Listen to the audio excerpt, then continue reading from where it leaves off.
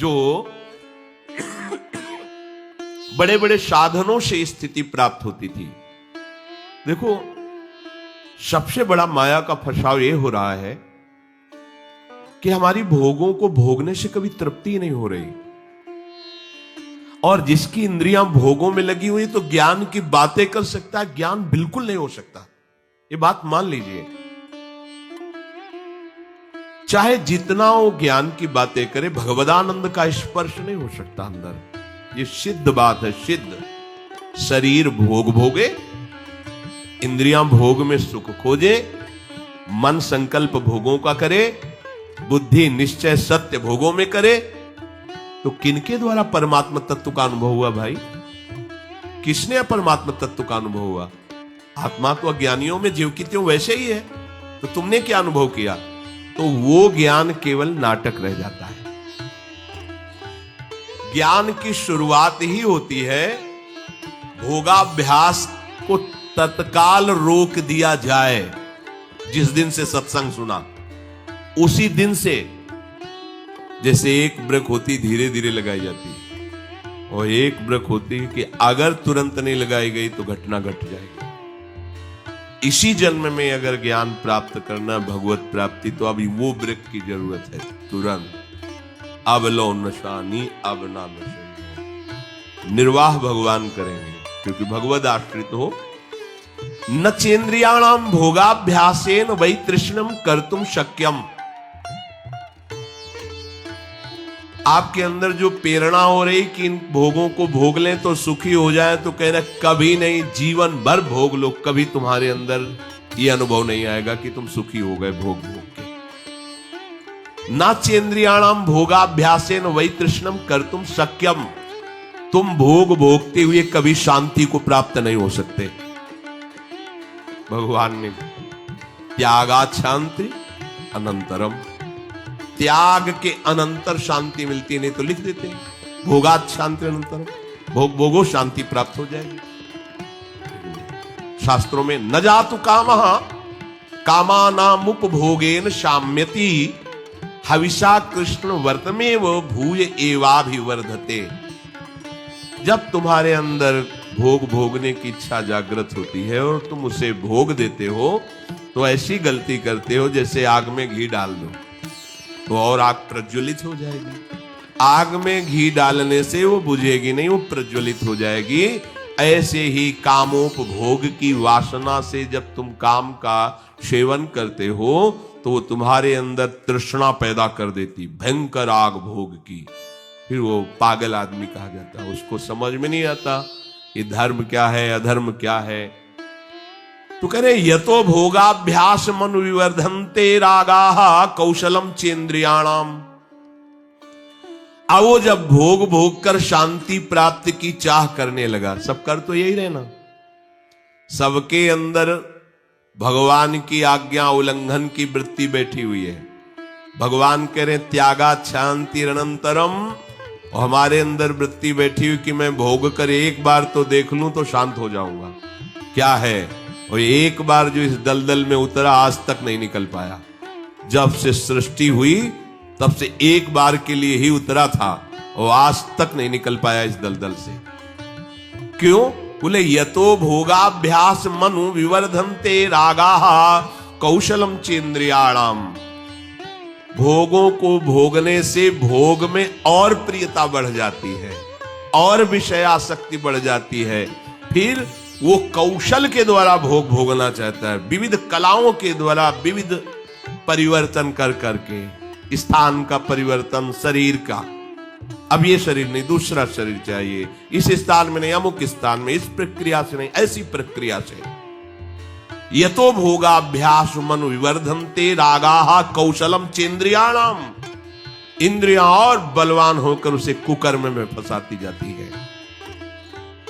तस्माद् अनुपायः सुखस्य भोगाभ्यासः।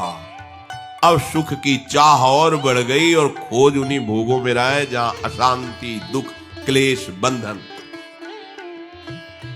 विषय चुगा जिन चुगय मन चुगत कछुक सुख होए, फिर फांसी ऐसी लगे तैसम दुख। ऐसा फंस जाओगे कि निकलना भी चाहोगे तो नहीं निकल पाओगे। ये देख लेना, और देख ही रहे हो। अधर्म के द्वारा भोगों को भोगोगे तो निकलना भी चाहोगे कि आज से नहीं करूंगा तो नहीं निकलने दिया जाएगा।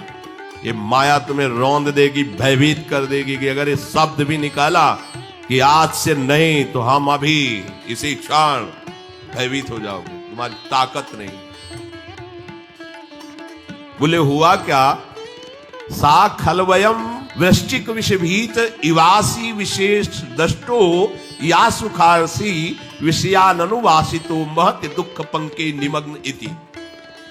जैसे कोई बीछी के डंक से बचने के लिए सांप के बिल में हाथ डाल दे, ऐसी गलती हो गई। बीछी का जो डंक का जहर है वो मारेगा नहीं आपको, पीड़ा देगा, लेकिन सांप का जो जहर है वो मार देगा आपको। तो बोले जो मन में काम ने जलन पैदा की वो मारेगा नहीं आपको, थोड़ा पीड़ा देगा, इसके बाद शांत हो जाएगा। और आपने यदि भोगाभ्यास में उतार दिया तो मार देगा। जैसे बीछी के डंक के कष्ट से बचने के लिए कोई सांप के बिल में हाथ डाल दे और वहां कोबरा उसे डस ले, ऐसे ही काम की पीड़ा को, काम के वेग को ना सह सकने के कारण वो काम भोग में उतर गया। तो कह रहे हैं विषयानुवासितो महति दुख पंके निमग्न इति। महान दुख में फंस गया, परिणाम में पता चलेगा, अभी उसे पता नहीं चलता परिणाम में। इसलिए ज्ञान ब्रह्मबोध प्राप्त करना बहुत कठिन है, क्योंकि बिना निष्काम हुए आप आगे नहीं बढ़ सकते। तो बहुत सरल उपाय है, चाहे जो हो, जहां हो, जैसे भी हो, आप सबसे श्रेष्ठ भगवान के प्रिय बन जाएंगे। और आपको इसमें इस तरह की कोई विशेष कष्टमयी साधना भी नहीं करनी पड़ेगी। श्रीमद् भागवत में कहते हैं अहो बत स्वपचतो गरीयान यज्जिभ्यागे वर्तते नाम तुभ्यम। ध्यान दीजिए, ते पुस्तपस्ते जुहुः शश्नुरार्या ब्रह्मानुचूर्णाम गृणन्ति ये ते। जिसके जिह्वा में राधा राधा राधा, श्री हरि राधा, राधा कृष्ण, राधा वल्लभ, राधे श्याम, या जो राम कृष्ण हरि शिव नाम जो तुम्हारे गुरुजी ने दिया हो, या जो तुम्हें प्रिय लगे, मन से नहीं कह रहे, यज्जिह्वाग्रे वर्तते नाम तुभ्यम। जिसकी जीव के अग्रभाग में ऐसा स्वभाव बन गया है, चल रहा है, नाम जप करे। बोले अहो बत स्वपचतो गरीयान। यद्यपि वो स्वपच है, फिर भी गरीयान वो सबसे श्रेष्ठ है। हरिराम व्यास जी ने कहा कि रैदास जी की चरण धूल के सामने करोड़ों ब्राह्मण नहीं है, क्योंकि उनकी जिह्वा पे निरंतर हरि का नाम विराजमान। इसीलिए यहां ब्रजवासी सब ब्रह्मा से भी परम पवित्र और श्रेष्ठ माने गए। व्यास मिठाई विप्र की तामे लगे आग, वृंदावन की स्वपच की जूठन खाइए मांग। हे बड़े मस्त है ब्रजवासी। प्रातः काल एक बार मंगला करके श्री जी की जा रहे थे, तो एक माई केलिया में कूड़ा करकट ऐसे भरे, मस्ती बिहारी जी के पद गा रही थी। जपे जा राधा राधा नाम, बसे जा श्री वृंदावन धाम, मिलेंगे कुंज बिहारी ओढ़ के कांवर का। केलिया कूड़ा के लिए रोका और कुछ भेंट दिया, चरणों में प्रणाम। ये है हमारे वृंदावन की है, जिनकी जिह्वा में बिहारी बिहारिंजू का जस बसा हुआ है, परम पावन श्रीधाम वृंदावन की परिचर्या में लगी। तो व्यास मिठाई विप्र की तामे लगे आग, वृंदावन के स्वपच की जूठन खाइए मांग, क्योंकि ये हरि प्रेम प्रदान कर दे। किसी की सामर्थ्य नहीं कि संतों के माथे पे हाथ रख दे। एक ब्रजवासी का छोरा छोटा सा हो, उसके पैर चलो, कोई भी हो ऐसे लबा के हाथ, जा बाबा। और उसको जब प्रणाम किया ना भैया, लाडली जी कृपा करे, हृदय निहाल हो गए। ये आशीर्वाद कौन दे सकता है? देखो बरसाले के गोसाई पर चरण छुओ, सीधे लाडली जू से ऐसे हाथ करके बात करते हैं। लाडली जू, आपको विश्वास नहीं? अगर विश्वास कर लो तो लाडली जू उनके करकमल से सेवित है, वो जो कह रहे हैं वही लाडली जू करेंगी। भोरी सरकार है, पर हमें मनिलता मन की होने के कारण इन सब भाव पर विश्वास नहीं रहता। कह रहे कोई भी तपस्वी उसकी समानता नहीं कर सकता। जिसकी जिह्वा के अग्रभाग पर, उसने सारी तपस्याएं कर ली, सारे तीर्थ स्नान कर लिए, भागने की जरूरत नहीं, राधा राधा बोलो। सारे तीर्थ स्नानों का फल तुम्हें उसी क्षण मिल जाएगा तो तुम्हारी जिह्वा के अग्रभाग पर श्री हरि का नाम, प्रियाजू का नाम लिया। सारे वेदों का अध्ययन कर लिया, अब उसे कुछ अध्ययन करने की जरूरत नहीं है। जो बड़ी बड़ी तपस्याओं से, तीर्थयाटन से, वेदाध्ययन से, यज्ञ आदि से गति मिलना दुर्लभ है, वो तुम्हें नाम से प्राप्त हो जाए। कौन हो, कहां हो, कैसे हो, कोई प्रश्न नहीं। जैसे हो, जिस परिस्थिति में, जिस विषय में फंसे हो, वहीं से तुम्हें नाम उठा के महात्मा बना देगा, तुम्हें धनवान बना देगा, यशस्वी बना देगा। तुम तेज से संपन्न हो जाओगे। नाम का तेज, भगवान नाम का तेज है, प्रताप है भगवान नाम का। एक बार नाम आप बसा के तो देखो हृदय में, जोर से आलाप लोगे नाम का, प्रकृति का परिवर्तन हो जाए। अरे स्वामी का नाम है, सुमीर पवन सुत पावन नामू अपने बस करी राखे। जपहि नाम जन आरत भारी, मिटहि कुसंकट होय सुखारी। इदम ही पुंसस तपसः श्रुतस्य वा, स्विष्टस्य सूक्तस्य च बुद्धि दत्तयोः। अविच्युतोऽर्थः कविभिर निरूपितो, यदुत्तम श्लोक गुणानुवर्णनम। बड़े बड़े वेदनिष्ठ ब्रह्म ऋषियों ने निश्चय किया है कि भगवान के नाम का निरंतर जप, गुण कीर्तन, इससे बड़ा कोई तप नहीं है, कोई वेदाध्ययन नहीं, कोई यज्ञ नहीं, कोई ज्ञान या कोई दान इससे बढ़कर के नहीं है। बस प्रभु के नाम में तुम्हारी प्रीति हो जाए। कलिम सभाजयन्त्यार्या गुणज्ञाः सारभागिनः, यत्र संकीर्तने नैव सर्वः स्वार्थो भी लप्यते। न हृतः परमो लाभो देहिनां भ्राम्यतामिहि, यतो विन्देत परमां शांतिं नश्यति संस्कृति। ये कलिकाल किसी को बख्शेगा नहीं, अगर नाम जप नहीं तो बुद्धि को भ्रष्ट कर देगा। इसका प्रभाव है कपट, चतुरता, बेईमानी और पापाचरण में रति, इसका प्रभाव है। कली इन दोषों से संपन्न है, पर एक इसका महान गुण है, जिसकी जिह्वा पे प्रभु का नाम होगा, इसके कोई भी दोष उसका स्पर्श नहीं कर सकते, और कली स्वयं भयभीत हो जाता है जिसकी जिह्वा पे नाम है। इसकी एक बड़ी प्रशंसा है, 10,000 वर्ष तपस्या करने पर जो फल मिलता है, 24 घंटे निरंतर नाम जप करने से मिल जाएगा। कलयुग की ये विशेष महिमा है। हम लोगों को भगवत प्राप्ति बड़ी सहज है। दाहिने पैर के अंगूठे के बल हाथ उठा के ऊपर, बोले कितने हो, 10,000।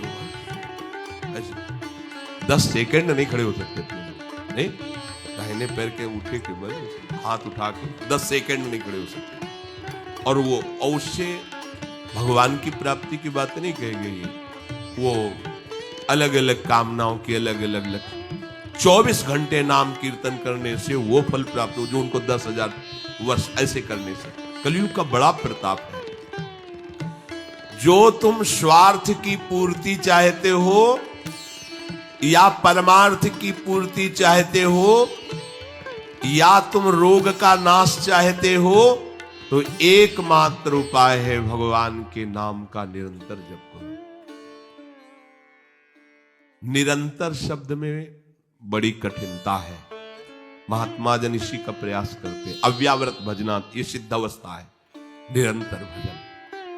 आपसे निरंतर ना हो तो थोड़ी थोड़ी देर में स्मरण करने का अभ्यास बना लीजिए। एक बार सत्संग में कि अगर 5 मिनट में एक बार राधा बोल दो, कि हर 5 मिनट में एक बार राधा बोलना है, राधा 5 मिनट फुर्सत करो, चिंतन या कार्य जो कर रहे हो, 6वां मिनट न लगने पावे फिर 5 मिनट राधा। एक दिन आप देखना निरंतर नाम चलने लगेगा। इससे विषयों के प्रति जो आसक्ति है वो एक बार तो बढ़ेगी। होम्योपैथिक दवा जैसे रोग एक बार उभरेगा, आपको लगे, वो बढ़ती नहीं है, अंदर छुपी हुई निकलती। ध्यान से सुनोगे तो प्रश्न खत्म हो जाएंगे। अपने लोगों के प्रश्न रहते हैं, जब भजन में बैठते हैं तो बड़ा मन चंचल होता है, बड़ी गंदी बातें आती हैं, ये वो।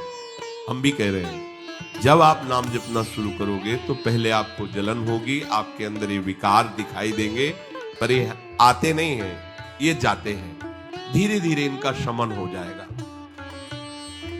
और जब कभी आपको ऐसा लगे कि अब नाम जपने में हमारा एकाग्रमन नहीं हो रहा, तो बहुत सुंदर उपाय, ताली बजाकर नाम कीर्तन करना। अपने को विजय प्राप्त करना है मन पर और विषय भोगाभ्यास पर। और ये ऐसा नहीं कि ये नाचना गाना है सब, ऐसा नहीं, इससे भगवान की प्राप्ति हो जाती है।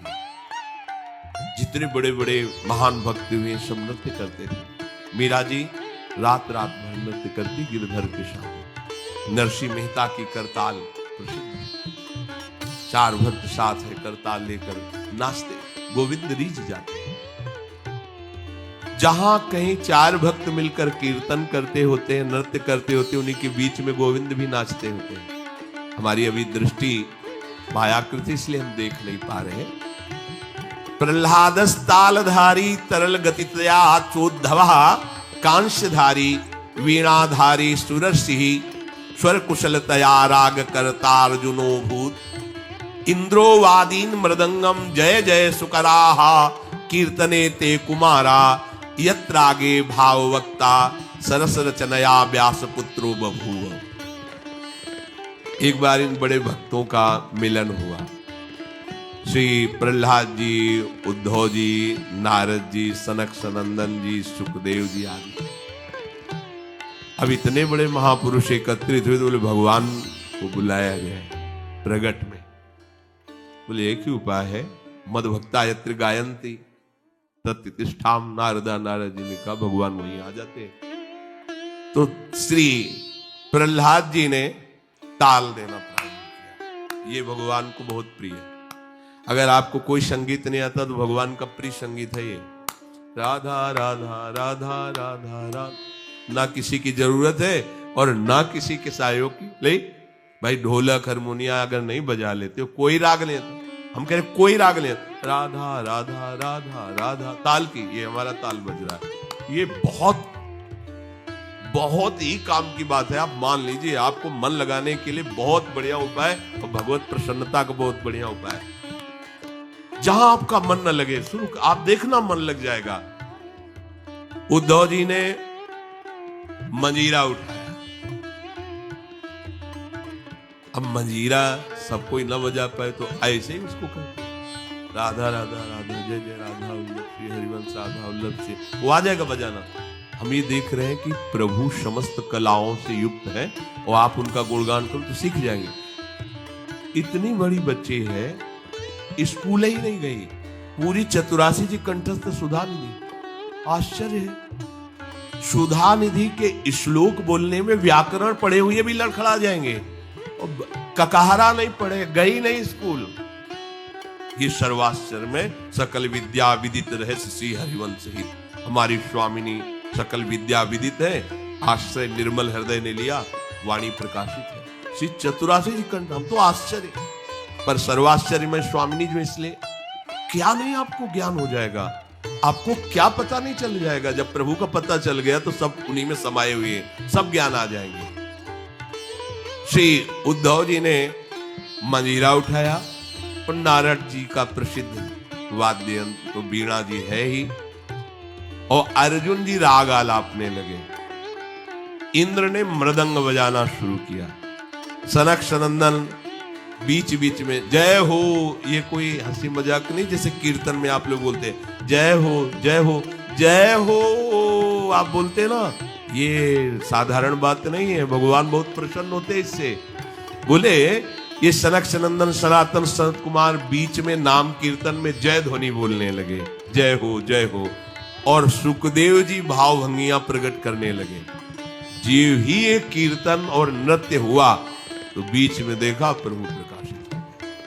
तासा मावीर भूत छोरी स्मयमान मुखाम्जा पीतांबर धरासरक भी साक्षान मत, और वो भी कोई खड़े लगे हुए, वो भी तो नटवर नागर है, सकल कलाओं में प्रवीण। तो प्रभु नृत्य कर रहे हैं, भक्त जन आसपास मृदंग में। कैसा आनंद! ये जो आनंद आपको आता है, तो आनंद कौन है जानते हो? श्री कृष्ण। सच्चिदानंद रूपाय, उनका रूप क्या है? आनंद। आपके हृदय में उमगल, सबके हृदय में भगवान आ रहे हैं। बोले हमारा अनुभव नहीं हो रहा, मलिन यंत्र है, यही करते रहो। थोड़ा आनंद आया ना, अब पूरा आनंद आ जाएगा। और जिस दिन पूरा आनंद आया, उस दिन से फिर तुम्हें कोई घसीट नहीं पाएगा। माया का जो आकर्षण है। भगवद आदि पुरुषस्य नारायणस्य नामोच्चारण मात्रे निर्धूत कलिर्भवति। जो प्रभु श्री हरि का नाम उच्चारण मात्र करता रहता है, कोई भी कलयुग का दोष उसके अंदर। कलयुग बड़ा सूक्ष्म विषय है। देखो, गर्भ में ही जिनको भगवान का साक्षात्कार हो गया था, वो परीक्षित महाराज, देखा कि एक जो शूद्रवत आचरण करने वाला पैर से मार रहा है, डंडों से मार रहा है, पैर बीच बीच में लात। ये ध्यान रखो, किसी को भी पैर से कभी, सब में श्री भगवान है, कभी ऐसा दंड विधान किसी के लिए हो जैसा, पर ऐसे सहज में किसी को अपने पैर न लगे। अपने लोगों का परमार्थ है ना, कोई अगर लेटा हुआ है तो उसे नांगने की जरूरत नहीं, घूम के भले चले जाओ, उससे प्रार्थना करो कि आप पैर हटा लीजिए। ये ऐसे किसी को नांगना, किसी के पैर मारना, ये सब गंदे आचरणों में आता है। भक्तों के द्वारा ऐसा नहीं होता। हमें तो आश्चर्य हुआ, पूज्य श्री चंद्रशेखर बाबा के एक जो अंग सेवी थे, उन्होंने बताया कि बाबा का श्री चरण एक बार हमारी पादुका को छू गया, तो बाबा पादुका को ऐसे छू के ऐसे, हम कहा अरे बाबा हम मर गए, ये क्या हमारी पादुका? बोले तुम थोड़ी हो, तुम तो हरि के शरणागत वैष्णव हो गए। अब वैष्णव की पादुका पूज्य होती है, उसमें पैर कैसे? बाबा के वो शिष्य हैं और बाबा उनकी पादुका को, ये है भाव, वैष्णव भाव, ये भगवत भाव। हम गुरु हैं, चेले का तो ऐसा नहीं, पूज्य हो गया, वो भगवान का दास हो गया। हम तो पोस्टमैन हैं, हमें जो मिला वो इधर दे दिया, लेकिन वो वही है, उसको उसी भाव से देखे कि भगवान का निजी जन, भगवान का भक्त है। लात से मार रहा था, डंडों से मार रहा था, रुक जा, हमारे राज्य में कोई हमारे ऐसे धर्मयुक्त पशुओं को दंड दे और मेरा भय न हो, ऐसा कौन पैदा हो गया? नजदीक गए तो जब देखा कलयुग ने कि ये तो प्रचंड काल रूप है, भगवत भक्ति से संपन्न थे, तुरंत उसने पाग उतारी चरणों, महाराज रक्षा कीजिए, और मुझे भगवान ने ही सेवा दी, अब मेरा समय आ गया है, अब मैं राज्य करूंगा। तेरा समय? कलयुग? जी हां। देखो उसका परिचय कहां से हुआ? अधर्माचरण से ही। तो उनका जब तक मैं जीवित हूं तब तक तेरा राज्य नहीं आने दूंगा, हमारी प्रजा में अधर्माचरण फैल जाएगा। उनका आपको कुछ न कुछ तो स्थान देना ही होगा हमारे लिए, कि आप ठीक है मदिरालय, और जो मदिरा सेवन करे, और जहां शरीर को बेचा जाता हो, भ्रष्ट आचरण किए जाते हो, जहां जुआ खेला जाता हो, ये द्वित कीड़ा, मद्यपान करना, व्यभिचार करना।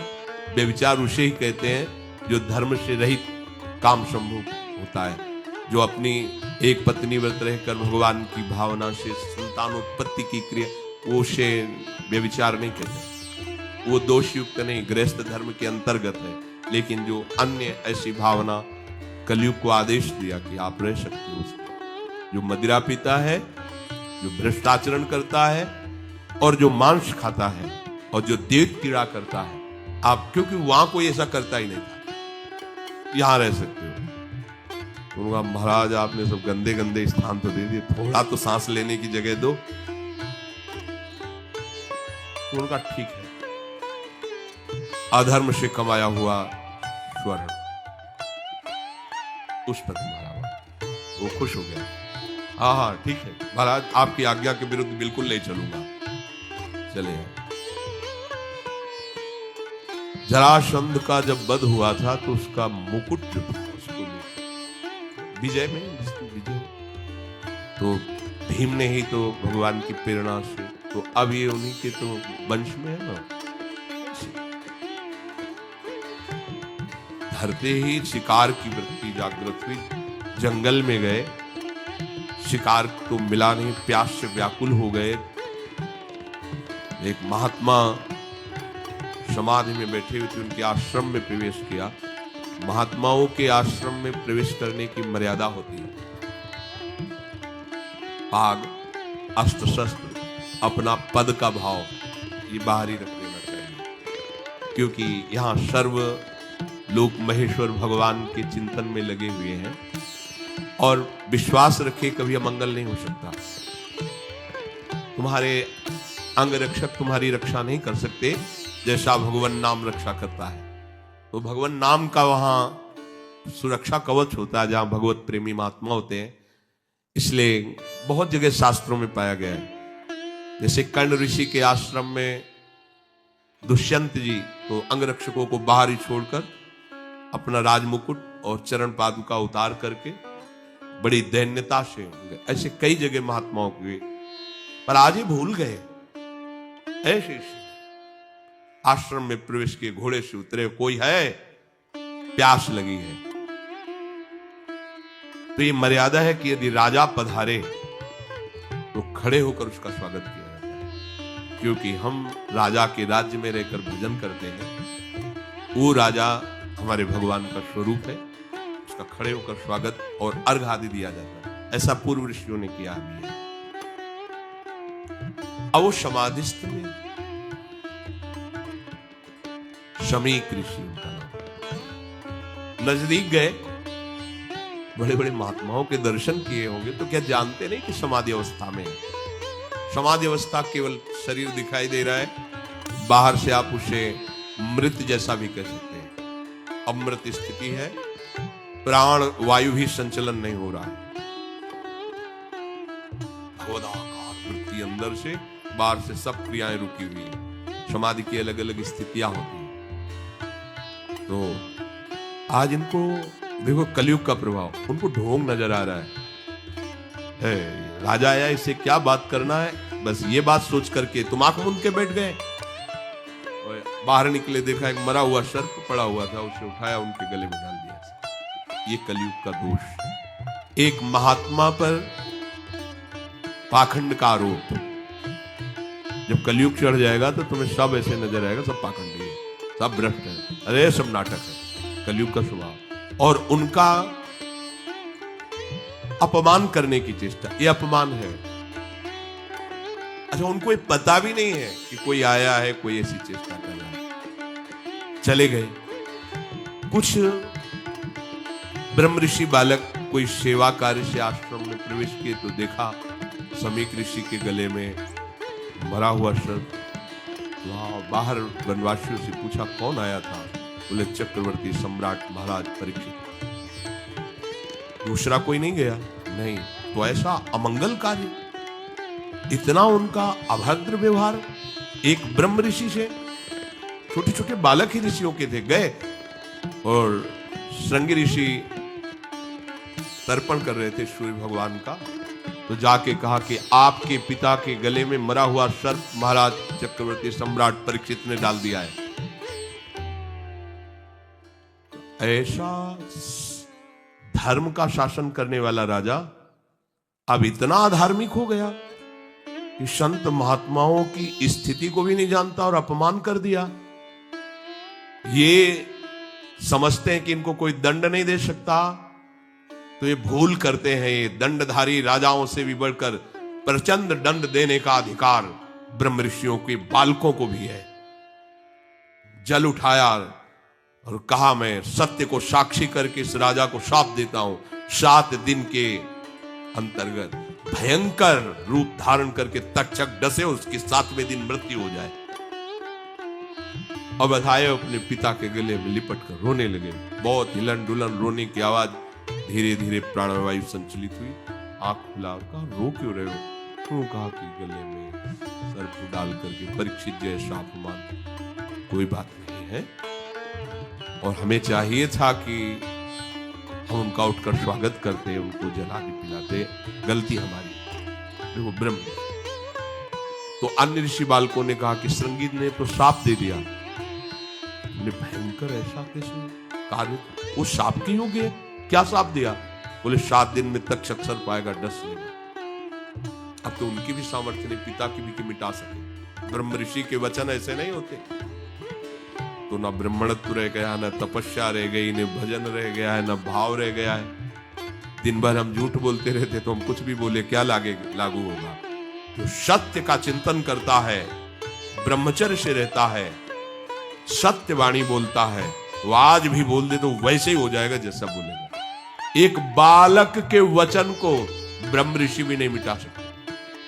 अपने शिष्यों को भेजा, जाओ निवेदन करो महाराज परीक्षित को। उधर हो गए, जीव ही मुकुट उतार कर, ये क्या हो गया मेरे द्वारा? ये क्या? हाय हाय मच गया हृदय में। मैं किसी महात्मा के साथ ऐसा व्यवहार कैसे कर सकता हूं? भगवान मुझे दंड दे। ये है धर्मात्मा का, भगवान मुझे दंड दे, बिल्कुल क्षमा न करे। इतने में ऋषि के शिष्य पहुंच जाते हैं और कहा, महाराज आपको एक सूचना है, बड़ी अशुभ सूचना है। आपके द्वारा जो कृत्य हुआ उसका दंड विधान श्रृंगी ऋषि ने कर दिया है। आज के 7वें दिन तक्षक सर्प आपको डसेगा, आप अपना उपाय कर लीजिए। कल्याण का, बचने का तो कोई उपाय ही नहीं है। बहुत प्रसन्न हुए, जैसे किसी ने उनको महासुख दे दिया। ये है भगवान के आश्रित, कोई भी साप ताप भय नहीं प्रदान कर सकता। प्रसन्न हुए, मैं तो मांग ही रहा था कोई दंड मिले। बहुत अच्छा हुआ। जन्मेजय को बुलाया, उसी श्राद्ध दिया।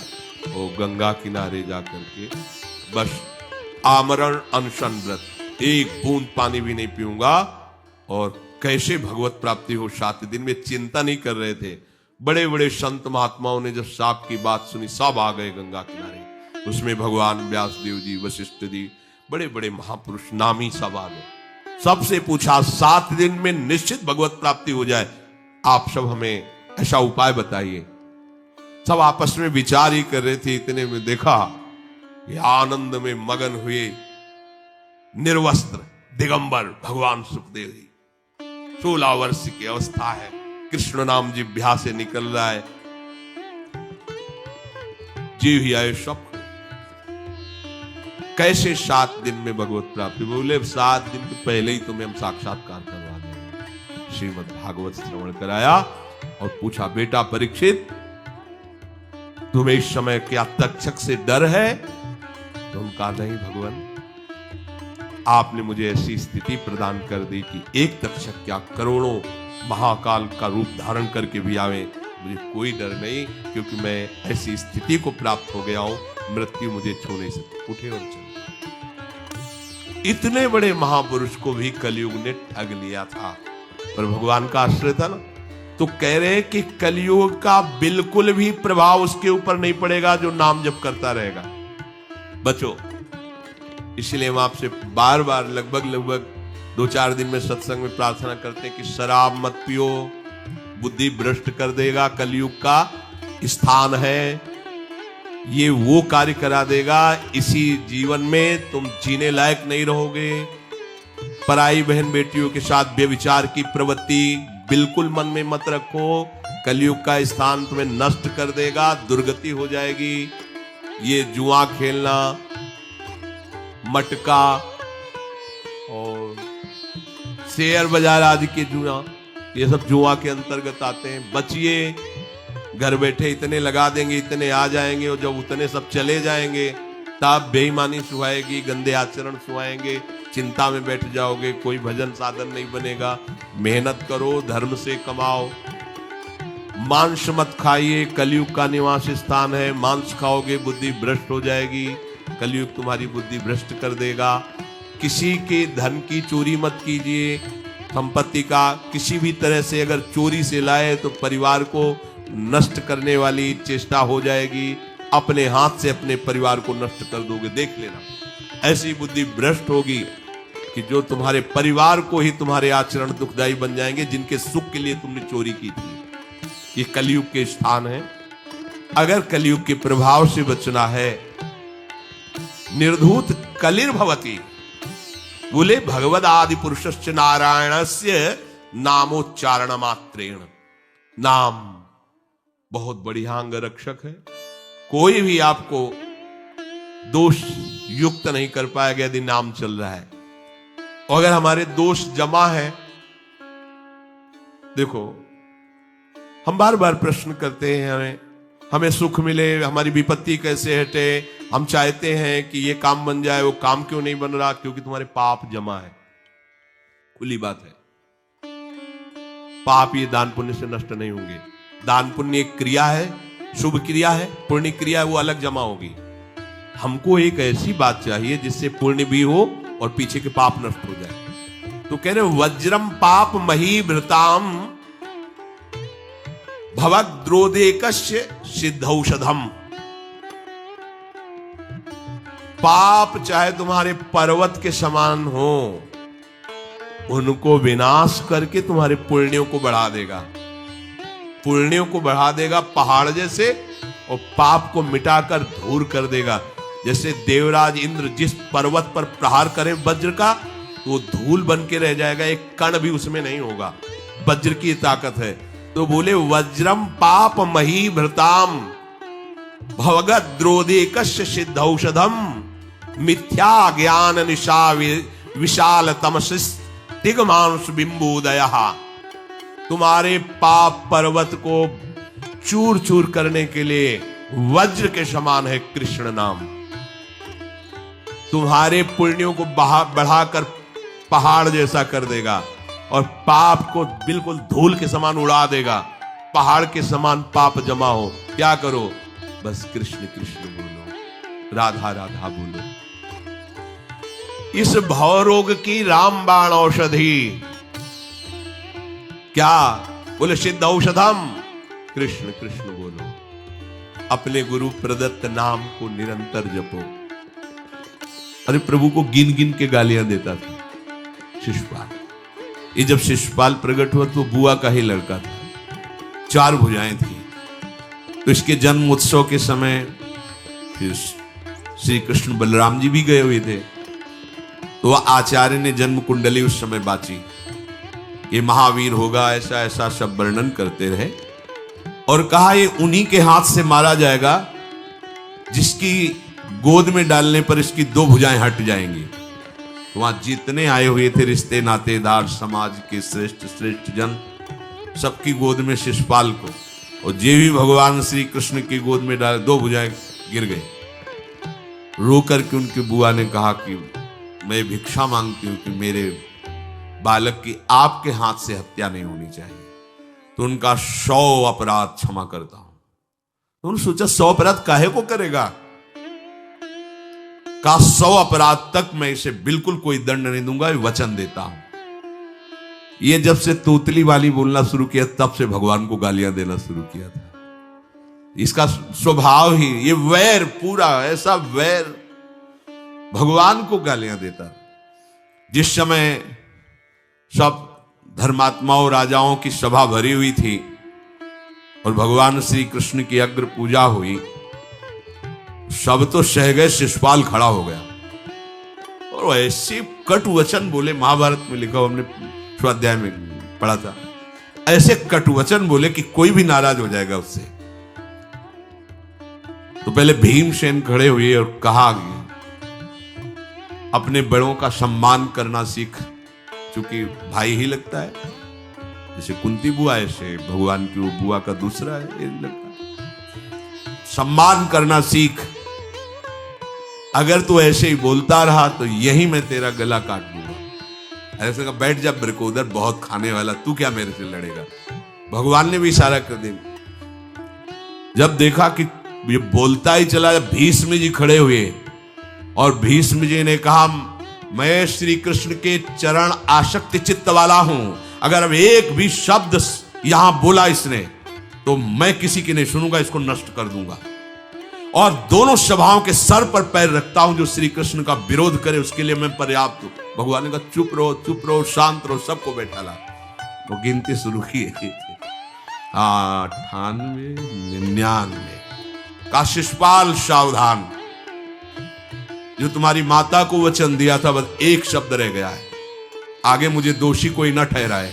100 तक क्षमा करने की बात कही थी, जे ही वो तो रुकने वाला थोड़ी था, जे ही आगे बोला सुदर्शन जी के द्वारा उसका वो परम उद्धार हुआ जो बड़े बड़े ऋषि मुनियों के लिए बड़ा दुर्लभ पद कहा गया है। गोपीजनों ने सौंदर्य माधुर्य निधि भगवान को अपना कांत माना, प्रीतम माना। एक ही वृत्ति, कितनी गजब की वृत्ति गोपीजनों की है कि सब कार्य करते हुए कृष्णाकार वृत्ति है। बेचने दही जा रहे हैं, बोल रहे कोई कृष्ण ले ले, दामोदर ले ले, माधव ले ले। कैसी वृत्ति है, देखो कैसी उच्च कोटि की अवस्था है। किसी भी भाव से हमारे प्रभु से जुड़ जाए तो इच्छा द्वेष द्वंद्वों से वो मुक्त हो जाए।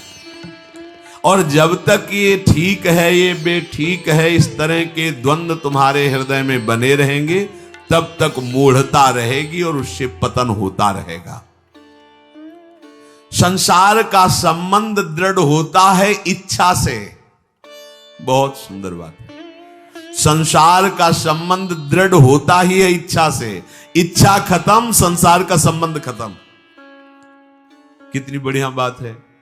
पर हम भागे घूम रहे हैं इच्छाओं की पूर्ति के लिए। जब एक बता दिया कि समुद्र है भगवान, जो चाहिए इन्हीं से क्यों नहीं, पर इनसे मिलने के लिए भी तुम्हें शराब छोड़ना पड़ेगा, तुम्हें मांस छोड़ना पड़ेगा, व्यभिचार छोड़ना पड़ेगा, गंदे चिंतन छोड़ने पड़ेंगे। वो राजी नहीं हो तो करो पाप और चाहो सुख। ऐसा कैसे हो सकता है? यही है जीव की परेशानी, यही है। वो ये चाहते हैं कि हे संत महात्मा, हे भगवंत, हमको छूट दो, हम खूब गंदे आचरण करें और आप हमसे सेव संतरा रुपया पैसा ले लो और आप ऐसा आशीर्वाद दो कि हमारी उन्नति होती रहे, दुख न मिले, हमें सुख ही मिलता है। कभी स्वप्न में भी नहीं हो सकता। तब लग कुशल न जीव कहूं, सपने हूं मन विश्राम, जब लग भजत न राम कहूं, शोक धाम तज काम। ये दुखों का खजाना काम अर्थात इच्छा, इसका त्याग करके भगवान की शरण में होकर जब तक नाम जप नहीं करोगे, स्वप्न में भी तुम्हें विश्राम नहीं मिलेगा। और नाम जप एक गंदे आचरण करने वालों के हृदय में नहीं हो सकता। नाम परम पवित्र है। ये तभी होगा जब आपका खान पान सात्विक हो, आपका वातावरण सात्विक हो, आपका बोलना उठना बैठना सब सात्विक हो, तब नाम भगवान कृपा करेंगे आपकी जिह्वा। फिर कौन सी इच्छा रह जाएगी? कौन सी इच्छा रह जाएगी? अरे आप विश्वास कीजिए, ये जितनी इच्छाएं हैं सब स्वाप्निक हैं। जब आप सच्चा विवेक धारण करेंगे तो आपसे पूछा भी जाएगा कि जबरदस्ती केवट से कह रहे ले लो, वो कह रहा आप कछुनाथ न चाहिए, मोरे नहीं चाहिए। प्रहलाद जी कह रहे वरदान मांगो, हमारी आज्ञा का पालन करो, तो कह रहे हाँ आपकी आज्ञा का पालन करता हूं, हे नाथ मुझे यही वरदान दीजिए कि आपसे भी कोई इच्छा न रहे। ये वरदान मांगा कि आपसे भी कोई इच्छा। आप सोचो क्या है ऐसा भागवतिक रस कि जिसको वो मिला तो भगवान से भी कह देते। और भक्त तो बड़े विचित्र विचित्र है, वो भगवान से कहते तुम्हारी इच्छा क्या है प्यारे, बोलो हम पूर्ण करते। तुम्हारी इच्छा क्या है? हमारी तो कोई इच्छा ही नहीं, आप बोलो आपकी इच्छा क्या है, आप क्या चाहते हो, मैं कैसे आपको रिझाऊं। जब कामना को लेकर के मनोवृत्ति का प्रवाह संसार की तरफ होता है तब ये कामना ही हमें राग द्वेष में बांध देती है। जो महापुरुषों ने उपासना करके, शास्त्र स्वाध्याय करके अनुभव किया है, उसे ध्यान से सुनो।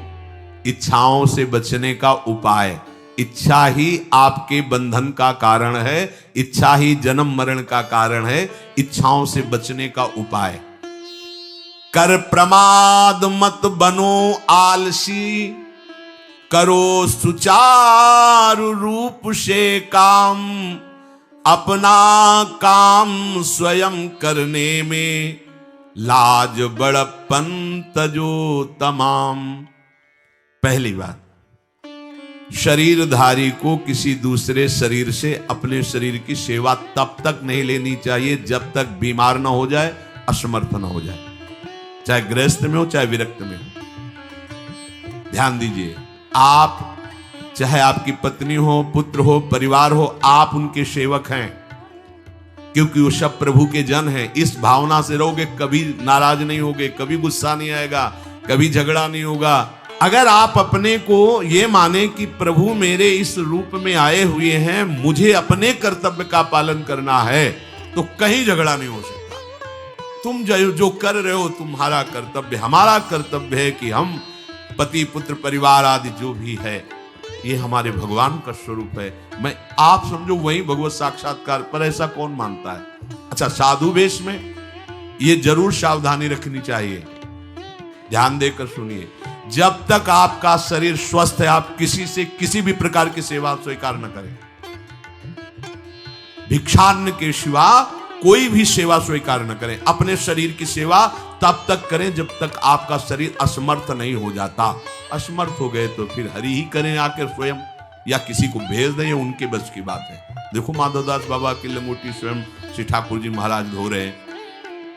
तब तक हमने अपने बड़े संतों को देखा है, बिल्कुल किसी भी तरह की कोई सेवा नहीं स्वीकार करते।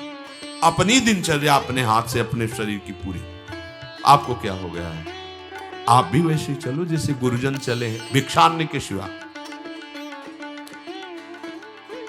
आप अपनी किसी भी तरह की सेवा किसी से मत करवाइए। आप देखो, इच्छाओं का दमन होना शुरू हो जाएगा। यहीं से इच्छाओं का दमन शुरू हो जाता है। आप सच्ची मानिए, ये जो आप शरीर सुख की आकांक्षा से दूसरे से सुख लेने की इच्छा करते हैं, यही तुम्हारे बंधन का कारण है, यही तुम्हारी दुर्गति, यही तुम्हारी कमजोरी है। जब तक शरीर स्वस्थ रहे, किसी से किसी भी तरह की सेवा मत लो, और अधिक से अधिक सेवा करने का भाव रखो। सुधार, हमें सेवा करना है, सेवा लेना नहीं है। जब तक सेव्य का साक्षात्कार ना हो जाए या शरीर असमर्थ ना हो जाए, तब तक ये नियम दृढ़ रखना चाहिए। गुरुजनों को भी देखा, श्री जी की सेवा कर दो, रसोई के से बाहर शरीर सेवा में कभी भी नहीं। कभी धोखे से ऐसे वस्त्र आदि रह गए और महाराज जी अनुपस्थित, धो के जल्दी से फैला दिया तो भी डांट लगी, ऐसा क्यों किया? नहीं रखे थे महाराज जी, हमने ऐसा कर नहीं, जब तक हम कहें नहीं तब तक नहीं। आज भी सरकार अपने ही हाथ से श्री जी को भोग लगा के ही, सब हैं पर वो अपने ही हाथ से 2 रोटी भोग बना के। देखो, बुजुर्ग संतों को, बड़े महापुरुषों को हमने देखा है, अपने शरीर, जब तक शरीर में सामर्थ्य है तब तक, ये महापुरुषों का आदेश है, अपना काम स्वयं करने में लाज बड़प्पन तजो तमाम। अपना काम करने के लिए आप किसी को भी आदेश मत करें, किसी की भी सेवा स्वीकार न करें। हाँ, हमें भूख लगेगी तो रोटी मांग लेंगे जाकर, क्या जरूरत है हमें किसी की सेवा स्वीकार करने की? मांगो, खाओ, खूब भजन करो, सत्संग करो, कम खर्चे वाला जीवन रखो। जरूरत क्या है? जो जरूरत है गली चलते दे देंगे भगवान, विश्वास करो, गली चलते दे देंगे। विरक्त गृहस्थ धर्म पूर्वक कमाओ, जितनी आवश्यकता प्रभु दे देंगे। ऐसा कोई त्रिभुवन में नहीं जिसकी आवश्यकता की पूर्ति न होती हो। अनावश्यक तुम्हारी मांगे जो हैं वही तुम्हें दुख दे रही हैं। आवश्यक व्यवस्था सबको भगवान दिए हुए हैं, अनावश्यक मांग के लिए तुम्हें फिर फंसना होगा।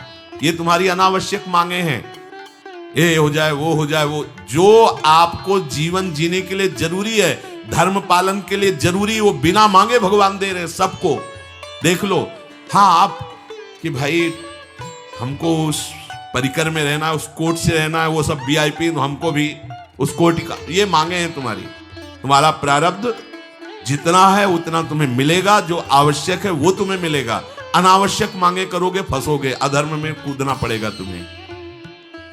हाथ पैर सब साधन प्रभु ने दिए, दया कर तुम्हें समान, फिर क्यों उनसे काम न लेते, क्यों रखते हो झूठी शान। तुम्हारी सेवा के लिए तुम्हारे पास हाथ है, तुम्हारे चरण है, तुम्हें बुद्धि दी है, दूसरे से क्यों सेवा स्वीकार करते हो। प्रभु ने दया करके उद्धार के लिए तुम्हारे पास पूरी सामग्री दे दी, उसका प्रयोग करो। तन मन दोनों का हित करता, निश्चय शारीरिक श्रम युक्त। देखो ये है, जिसने अपना परम मंगल ठाना है वो शरीर को कभी प्रमाद में नहीं रखता, चाहे गृहस्थ हो चाहे विरक्त हो। ये आलस्य प्रमाद किसी के लिए भी ठीक नहीं है। नियत समय तक सो जाओ, इसके बाद खूब मेहनत करो, चाहे गृहस्थ हो चाहे विरक्त। विरक्त हो तो खूब नाम जप, वाणी पाठ, ब्रह्मचर्य से रहना, आसनों में बैठना, हाँ सेवा करना, शारीरिक श्रम नहीं, खूब सेवा करो, धाम की सेवा करो, नालियां साफ करो, गलियां साफ करो, जो सेवाएं में इसे श्रम करो। ब्रह्मचर्य पचाने के लिए श्रम भी तो होना चाहिए। श्री जी की प्राप्ति के लिए मन वचन कर्म से श्री जी के चरणों का आश्रय लेकर के जितना आप अन्न डालते हो उतना आप इसका प्रयोग करो शरीर का। इससे ममता मत रखो, खूब धाम। पुराने संतों को देखो, सोहनी पकड़े कहां कहां तक परिक्रमा में लगा। हमने देखा है एक हरिदासी महात्मा थे, पीछे पानी घाट की तरफ उनकी छोटी सी कुटिया, किलोमीटर तक ऐसे ही सोहनी लगा रहे। वृद्ध वृद्ध महात्मा सेवा करें, अपने लोग जवान महात्मा होकर शरीर स्वस्थ होकर बेइज्जती सम। अगर सोहनी पकड़ के खड़े हो जाओगे गली में तो आपको लगेगा अपनी बेइज्जती हो रही है। वाह, कितनी बड़ी इज्जत है हमारी। स्वामिनी के महल की बीथियों में सोहनी लगाने में तुम्हें बेइज्जती लग रही, और आचार्य चरण याचना कर रहे हैं। यत्किंकरीषु बहुशा खलुका कुवाणी नित्यम परस्य पुरुषस्य शिखंड मौले तस्या कदापि रसनिधेर वृषभानुजायात तत्केल कुंज भवनांगण मार्जनीश्याम। लाडली जो ऐसी कृपा करो कि आपके वृंदावन धाम में कहीं सोहनी लगाने वाली, पोछा लगाने वाली मैं बन जाऊं। मांग रहे हैं।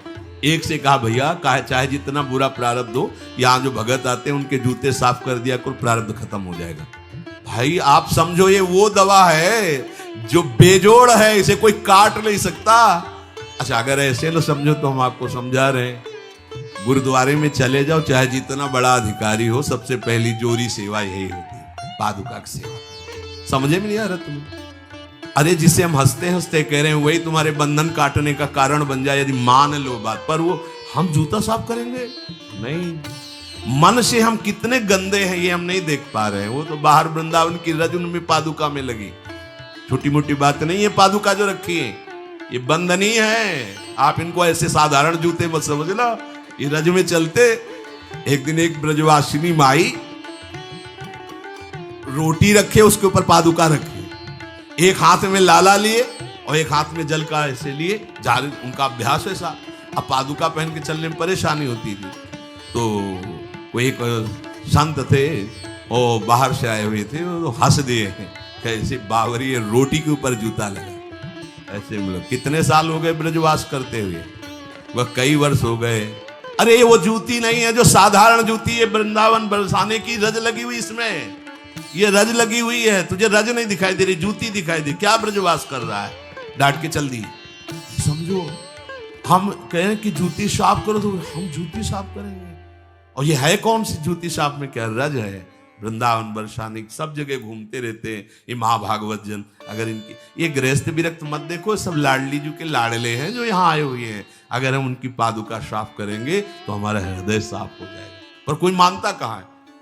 अपनी सेवा स्वयं करो और दूसरे की सेवा मिल जाए तो जैसे लोभी आदमी के सामने धन फेंक दे तो कैसे भागता है, ऐसे आपको होड़ लगनी चाहिए कि ये आदमी इतना न कर पाए जितना हम सेवा करें।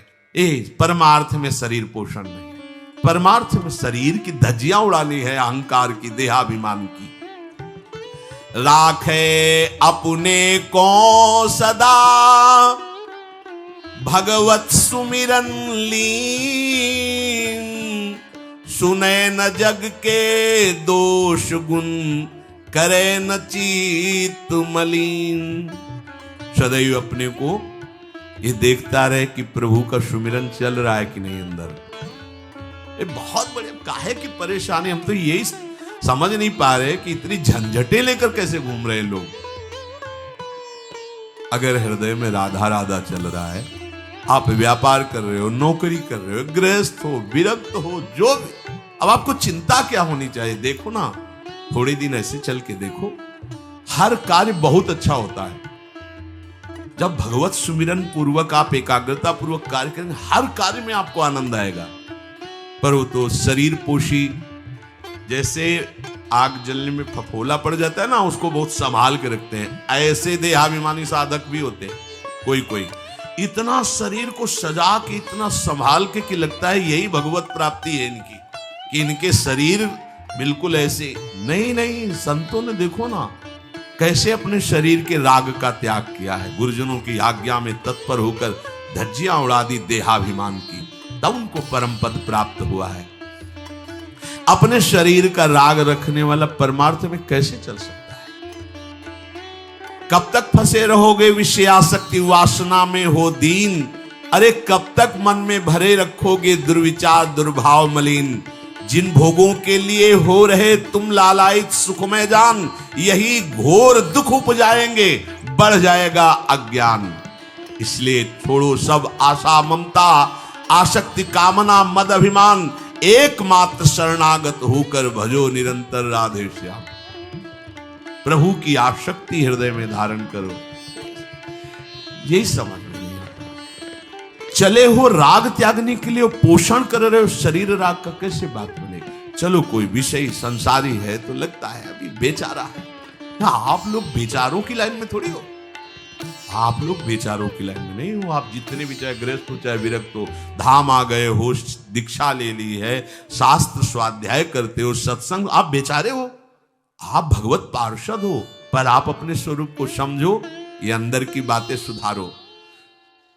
आगे कह रहे हैं कि सुने न जग के दोष गुण, करे न चित्त मलिन। अपने भगवत चिंतन में मगन रहो। कोई तुम्हें यदि किसी की निंदा आदि सुनाने लगे तो उसे मत सुनो। पूछे कछु कछुए कहे, को आए के पास, सुन ले कछु बोले नहीं, सब ते रहे उदास। पर निंदा पर दोष के, कथन सुनन में लोग, जो आनंद अनुभव करें तो लहे नरक के भोग। तुम्हारे पास आकर कोई तुम्हें दूसरे की निंदा सुना रहा है, और अगर तुम्हें हर्ष हो रहा है, कैसी बात, कोई नामदाता सदगुरु की निंदा करे तुम सुन लिए, कैसे तुम्हारे इस पाप का प्रायश्चित होगा? सुनने और कहने वाले दोनों को एक ही दंड मिलता है बराबर। तुम अपने गुरुदेव की निंदा सुन ली, तुम अपने आराध्य देव की अवहेलना की बात सुन ली। उपासना नहीं है, कहीं देहाभिमान है कि हम तो गुरु श्रेष्ठ है ना, गुरु जी की निंदा होती हमारी वंदना हो रही। परिणाम में लड्डू मिलेगा, खा लेना, परिणाम पक्का। पर निंदा के कीते आवत नहीं कछु हाथ, मूरख पर्वत पाप को ले चल अपने साथ। वैष्णव निंदा, भक्त निंदा, गुरु निंदा, ये तो बहुत ही भयानक है। भक्तन निंदा अति बुरी भूल करे जिन कोय, किए सुकृत बहु जन्म के क्षण में डारे खोए। कह रहे जो दूसरे की निंदा सुनने में आनंद का अनुभव करता है उसको भोग मिलेगा। काहे का? बोले नरक का भोग मिलेगा। इसलिए जो तुम्हें ऐसी बातें सुनाने के लिए उत्साहित हो उनसे उदासीन रहो, अर्थात उनसे कोई परिचय नहीं, कोई अपनापन नहीं। हाथ जोड़कर कह दे कि आज तो आप कृपा करके आ गए हो, आगे कृपा करके कभी मत आना। नहीं, आज हम आपका स्वागत नहीं कर रहे, आगे स्वागत करेंगे तो आप सह नहीं पाओगे, इसलिए आप कृपा करके आगे मत आना। हम आपके पास गए नहीं, आप आकर हमारे गुरु की, हमारे इष्ट की अवहेलना की बात करोगे तो आज क्षमा करते चले जाइए, दोबारा मत आना। चाहे वो कोई भी हो, तुम्हारी निष्ठा में इतनी ताकत है वो झुक जाएगा, उसकी सामर्थ्य नहीं कि वो आगे आ जाए। अगर हमारे कोई इष्ट की, आचार्य की या किसी भी नाम जापक की कोई निंदा करता है, हम सुनते हैं और उससे सुख मानते हैं, तो कह रहे हैं उसको नरक का भोग मिलेगा। नहीं, हमें जिस मार्ग में चलना है, हमें अपने आराध्य देव की प्रति प्रीति प्राप्त करनी है। और प्रीति प्राप्त होती, कोई भी राम कृष्ण हरि शिव बोले, सबके चरणों में हमारा नमन है, सबकी चरण धूले हमारे माथे पे। निंदा करना, अरे सब जगह भगवान है, ये बात देखने के लिए तो हम चले, हम निंदा स्तुति। अगर कोई हमारा मित्र बनता है, हमारा निज जन बनता है, और हमको हरि गुरु इष्ट आदि की किसी भी तरह की कोई निंदा, हमें बिल्कुल बर्दाश्त नहीं करना चाहिए और दूरी बना लेनी चाहिए। कभी उससे संभाषण नहीं करना चाहिए। कहे न अपनी बात कछु, सुने न पर की बात, एक निष्ठ प्रभु में रहे, बसो सदा दिन रात। अपने हृदय की भक्ति की बात सहसा किसी से ना कहे और ना किसी की बात सुने, क्योंकि हमें अपनी आचार्य निष्ठा, गुरु निष्ठा से चलना है। आप अपनी निष्ठा से चल रहे हो, हमारे काम की है नहीं, क्योंकि अब हम बदलने वाले हैं नहीं। तो तुम्हारी निष्ठा से हम में कोई परिवर्तन होने वाला नहीं। और हम अपनी निष्ठा के बाद तुमसे इसलिए नहीं कहेंगे कि वो तो इष्ट मिले और मन मिले, मिले भजन रस रीति, तब वो बात कहनी चाहिए, ऐसा किसी से नहीं। तो क्या करें, एक निष्ठ होकर अपने आराध्य देव में दिन रात लगा रहे। ये बहुत जगह जाना, बहुत लोगों से व्यवहार करना, ये सब भजन में बाधक बात है। समिट जाओ, अपनी लाडली लाल को दुलार करो, नाम जप करो, धाम वास करो, बहुत जो है, हाँ, दर्शन कर आओ। नहीं, एकांत वास करो, प्रभु खुद आके दर्शन दे देंगे, मान लो विश्वास। अगर आपका भजन ठीक चल रहा है, सही मार्ग चल रहे हो, तो दर्शन वाली बात ही हट जाएगी, क्योंकि फिर वो समा जाते हैं, हृदय में समा जाते हैं, नेत्रों में समा जाते हैं, मन में समा जाते हैं। आनंद की उमगन में कभी गए आंख लड़ा ली प्रभु से, नहीं तो आंखों में ही बसे रहते। पी मूर्ति नयनन बसे, तेहि रस रहाय समाए।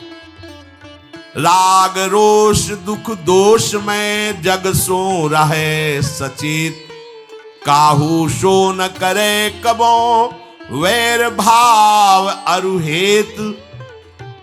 कोई इच्छा न रखो तो तुम्हें कभी क्रोध नहीं आएगा।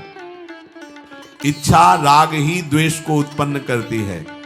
इन दोनों से सचेत रहो, ना किसी से तुम्हारा द्वेष होने पावे न राग। कभी किसी से किसी भी तरह अगर झगड़े का, लड़ाई का अवसर आता है तो हाथ जोड़कर निकल जाओ, झगड़ा मत करो। उससे ये होगा कि आपकी वृत्ति बच जाएगी, नहीं तो वृत्ति द्वेष पूर्वक बार बार उसका चिंतन करेगी जब भजन में बैठोगे, और उसके प्रति अशांति, जलन पैदा हो जाएगी। सब सो न्यारो होई रहे, पर खारो हु नहीं होए, सबकी सब कुछ सहे नीति, वो प्रभु को प्यारो होए। समझो बात, सबसे अलग रहो, किसी से अपना मन मत मिलाओ, केवल मन नाम से मिलाओ, प्रभु से मिलाओ, गुरुवाणी से मिलाओ। पर किसी का अपमान मत करो, किसी के लिए ऐसा कड़ुआ वचन मत बोलो कि उसके हृदय मंदिर में बैठे भगवान हैं, उसका हृदय दुखी हो जाए। सबकी सब कुछ सह लेता है जो कोई, वही प्रभु का प्यारा होता है। करे न जग चर्चा कबों, रहे सदा चुपचाप, रही इंकित निज भजय प्रभुता को सेवे आप। जो जगत की कभी भी चर्चा नहीं करता, मौन धारण करके केवल प्रभु के चिंतन में मगन रहता है, उसका भार प्रभु ले लेते हैं, उसकी सेवा आप स्वयं करते हैं। प्रभु किसी न किसी रूप में आके उनका भरण पोषण करते हैं। पै प्रभु के रस प्रेम की निर्मल गोपन बात, कहे न काहू सो कबो सहे सकल आघात। भजन में जो तुम्हें आनंद आ रहा है, जो तुम्हें स्वप्न में कोई अनुभूतियां हो रही या प्रगट में कोई अनुभूति हो रही, कभी भी किसी से भी वो बात ना कहे, क्योंकि ऐसा कहने से तुम्हारे भजन में विघ्न पड़ जाएगा। सारी की सारी बातें पचा लो। जैसे तुम गुप्त रूप से गलतियां करते हो, कभी नहीं बोलते हो, लेकिन कोई भी भागवती की अनुभूति छोटी सी भी होगी तो सभा में बोलने का मन होगा, क्योंकि उससे हमारी प्रशंसा होगी, अहंकार का पोषण होगा। बिल्कुल नहीं। भजन संबंधी कोई भी आनंद की बात, कोई भी भगवदानंद अनुभूति कभी किसी से न कहे, एकदम छुपा जाए। अगर कोई ऐसा कि हमने तो ऐसे लक्षण आप में देखे, हाँ नहीं ये तो ऐसे ही तुम्हें यहाँ हंसुआ, हमारे अंदर ऐसा कुछ नहीं। कोई भी भागवतिक वृत्ति कहीं अपने में आरोपित करके प्रदर्शन का कार्य न कर दे। सही न सके पिय की तनिक निंदा, जो कहूं होए सहज त्याग सर्वस्व करी, डारे निज को खोए। यदि अपने आराध्य देव की कोई निंदा कर रहा हो तो वहां सहन न करे। सही न सके पिय की तनिक निंदा, जो कहूं हो। संत शंभु श्री पद अपवादा, कही सुनी तास मर्यादा, काटी जीव तासु जो बसाई, श्रवण मुनि न चले पराई। यदि हमारे कोई आराध्य देव गुरुदेव की निंदा कर रहा है, ताकत हो तो उसकी जबान बंद कर दे, नहीं तो कान में अंगुली डाले उठ के चल दे, दोबारा उसका कभी चेहरा न देखे। भरत जी ने माता कैकेयी से कहा कि आपने हमें निमित्त बनाकर 14 वर्ष का वनवास भगवान श्री राम को दिया, इसलिए आज के बाद में कभी तुम्हें मां नहीं कहूंगा, पापिनी कभी तेरा मुख नहीं देखूंगा। भरत जैसे भगवान के अवतार परम पवित्र माता कैकेयी के लिए ऐसे कटु वचन बोले, आज के बाद कभी मां नहीं कहूंगा, है पापिनी तेरा कभी मुख नहीं देखूंगा। ये जो हमारे इष्ट की निंदा कर दे, हमारे गुरुदेव की निंदा कर दे, हम उसे आदर देंगे, हम उसको बात सुनने के लिए बैठा लेंगे। हाँ और बात हमें और गंदा करो। सहज त्याग सर्वस्व करी, डारे निज को खोए। अपने अपनत्व को अपने आराध्य देव में सहज समर्पित कर दे। या जग में जाके हृदय ऐसो प्रेम समाए, हरिता को अति चाव सो रखें सदा अपनाए। इस जग में जिसके हृदय में ऐसी निष्ठा होती है तो हरि उसे अपना मान करके फिर स्वयं उसका भार लेकर इस संसार में रखते हैं, अर्थात उससे वही कराते हैं जिससे जग मंगल होता है। निर्मल या प्रभु प्रेम की महिमा कही न जाए, अति प्रेमी जो श्याम को हरि ही नित्य बसाए। दुख में संतत सुख लहे, सो आवे यही बाट, नाहित क्यों रचना करे, कपट नरक को ठाठ। जो निर्मल भगवत प्रेम है उसको कहा नहीं जा सकता, वो अनिर्वचनीय है। ऐसे निर्मल प्रेमी महात्मा के हृदय में श्याम सुंदर निरंतर वास करते हैं। इस निर्मल प्रेम को जिसे प्राप्त करना हो तो कमर कस ले, दुख का मार्ग है, इसमें दुख में चल करके महासुख में पहुंचा जाता है।